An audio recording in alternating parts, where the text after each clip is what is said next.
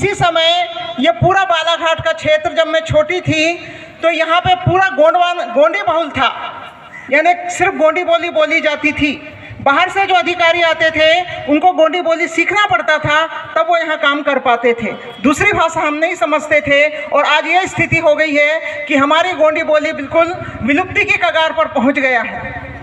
हमारे किसी भी संस्कार में ब्राह्मण का प्रवेश नहीं है, लेकिन आज क्या हो गया, 5वीं अनुसूची की बात कर रहे हैं ना कि भैया 5वीं अनुसूची क्षेत्र है, यहाँ के गोंड लोग अपने संस्कारों में ब्राह्मणों को शामिल कर लिए हैं, ब्राह्मणों से अपने संस्कार करवा रहे हैं। ये 5वीं अनुसूची क्षेत्र है। वो भीमल पेन का एक स्थान है, हमारा पेन थाना एक ही है, उनका जन्म स्थान पूरे भारत में एक ही है जन्म स्थान, वो बैहर में है, जिसमें ब्राह्मण का कब्जा है। ब्राह्मण से पूजा पाठ करवाते हैं, यहाँ का गौड़ समाज क्या कर रहा है? और सबसे पहले वहां ब्राह्मण को प्रवेश किस गौड़ ने दिया? उसके पास समय हो तो मुझसे बात करें। जब हमारे किसी संस्कार में ब्राह्मण का प्रवेश नहीं है, जन्म मृत्यु संस्कार, जन्म संस्कार, शादी, विवाह संस्कार, मृत्यु संस्कार, तीनों में हमारे ब्राह्मण का प्रवेश नहीं है, लेकिन आप लोगों ने जबरदस्ती उनको घुसेड़ लिया है और 5वीं अनुसूची की बात कर रहे हो। संविधान, किस मुंह से संविधान की बात करते हैं आप लोग? किस मुंह से जय भीम की बात करते हैं आप लोग? यहाँ आधे लोग वो होंगे जो अभी यहाँ से घर में जाके और घंटी बजा बजा करके गणेश लक्ष्मी की आरती करेंगे, मंत्र जाप करेंगे। हमारी महिलाएं बिना भगवानों के दर्शन किए हुए, मंदिरों के दर्शन किए हुए, उनका पूजा पाठ पूरा नहीं होता है। किस मुंह से जय भीम कर रहे हैं? सिर्फ सम्मेलन में शामिल होना ही पूरी बात नहीं होती है। आपको पता है भीमराव अंबेडकर जी ने इसकी मनुस्मृति को क्यों जलाया? क्यों जलाया था? कुछ पता भी है? इसका यह मतलब हुआ कि मनुस्मृति को इसलिए जलाया था कि हम हिंदू नहीं हैं, लेकिन हमारी बेटियां अभी गरबे में नृत्य करती हैं। अभी तो यहाँ बहुत अच्छे से बात की उन लोगों ने, संविधान की अनुसूची पढ़ाई यहाँ पे, और यही बेटियां हमारी जाकर के गरबे में नाचती हैं। जय भीम कहोगे और जय श्री राम भी कहोगे, दुर्गा बिठाओगे, गणेश बिठाओगे। ऐसा दोगले बात करने की वजह से ही हमारी दुर्गति है। यह दोगलेपन की वजह से हमारी ये दुर्गति है, जो हमारे बच्चों को मटके से पानी पीने की वजह से, नादान बच्ची जिसको जाति पाति पता नहीं था उसको मार डाला पीट पीट के। यहाँ बहुत बड़ा दुर्गा और गणेश बढ़ाते हैं मैडम। ये 5वीं अनुसूची क्षेत्र है, दुर्गा गणेश कैसे बिठाते हैं यहाँ पे? कौन बिठाता है? कौन जाता है वहां दर्शन करने? कौन चंदा देता है वहां पे?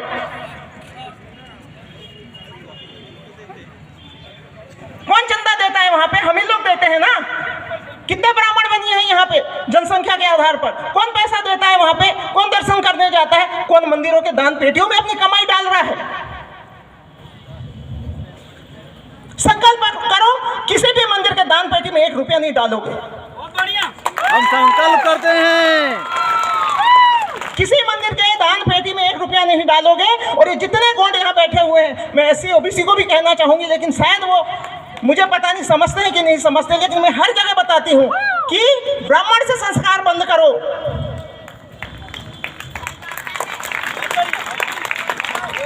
जब हमारी संस्कृति हमारे पुरखों ने दी हुई है पुराने समय से, क्यों जबरदस्ती ब्राह्मणों के पीछे भाग रहे हो? और किस मुंह से मन से आप जय भीम कहते हो?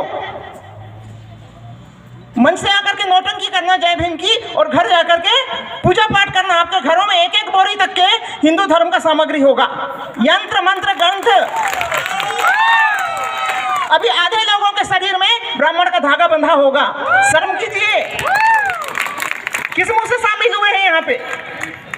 ये व्रत उपास करना, ब्राह्मण को प्रणाम करना। ब्राह्मण कहता है कि इतना दान करो तब आपका स्वर्ग में रिजर्वेशन होगा।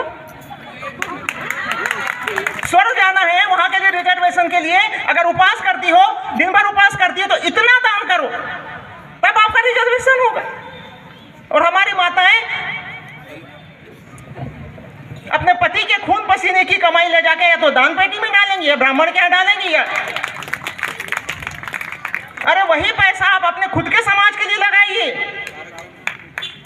सबसे तो दुर्गति हमारे समाज की है ना, स्टेट से ओबीसी की। उनके बच्चे तो विदेश जा रहे हैं पढ़ने के लिए, और वो हमारी शिक्षा संस्कृति सबको नष्ट कर रहे हैं।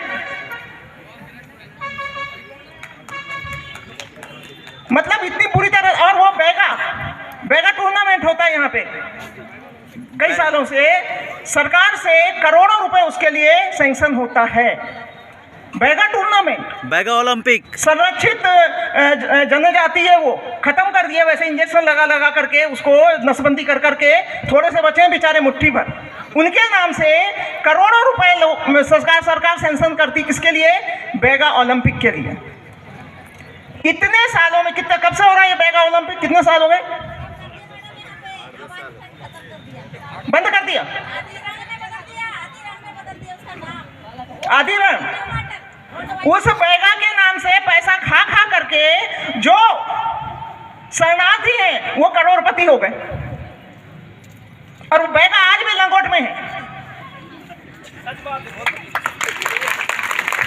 बैगा आज भी लंगोट में है, बेचारा जंगल जाता है लकड़ी काटने, कोदो कुटकी करके, जस्ते से जावा पी करके, और अपना गुजर बसर कर रहा है। उसके नाम से पैसा खा खा करके ये शरणार्थी लोग, बाहर से आए हुए लोग करोड़पति हो गए।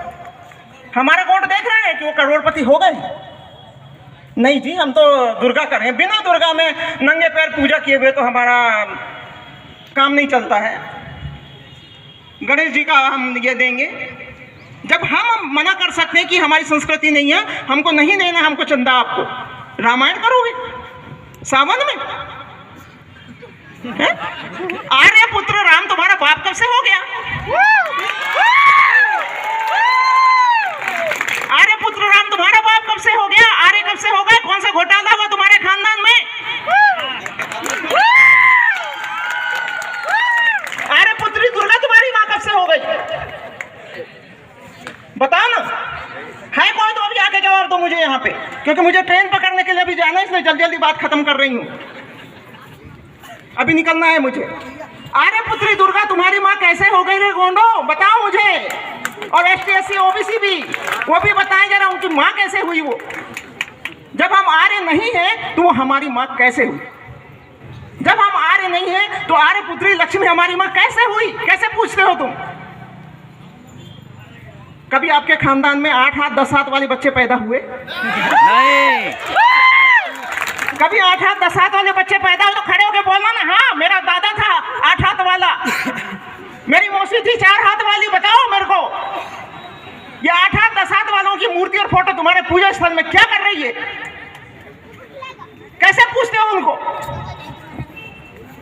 आदमी का शरीर और जानवर का सिर पैदा हुआ कभी तुम्हारे घर में? जब पैदा नहीं हुआ तो आप कैसे पूजा कर रहे हैं उसको?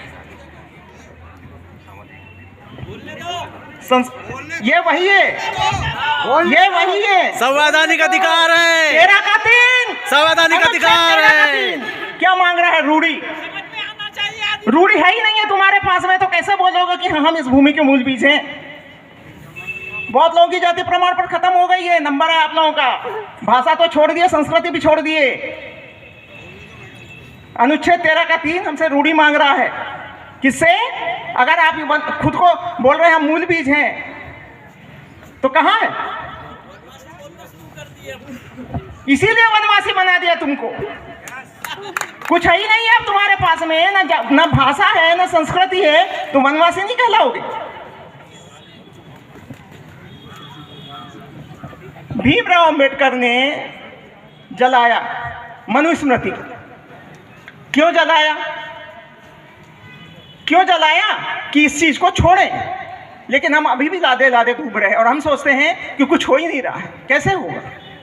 कैसे होगा? जब 2 नाव पे सवारी करोगे, मन से जय भीम बोलोगे और घर जाके पूजा पाठ करोगे, तो नहीं हो सकता इसका कोई तोड़ नहीं है।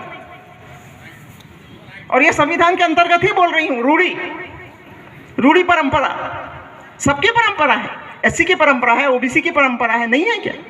आपके बाप दादाओं ने कभी ब्राह्मणों से संस्कार करवाए थे? आप कैसे घुस गए उस चीज में? हाँ, कैसे घुस गए? यादव लोगों का मुझे मालूम है, वो अभी भी जब आप लोग अपने पेनों की पूजा करते हैं, देवों की पूजा करते हैं अंदर कमरे के अंदर, तो वहाँ ब्राह्मण नहीं होता, कोई नहीं बुलाता, हमारे नहीं होता वहाँ ब्राह्मण। अब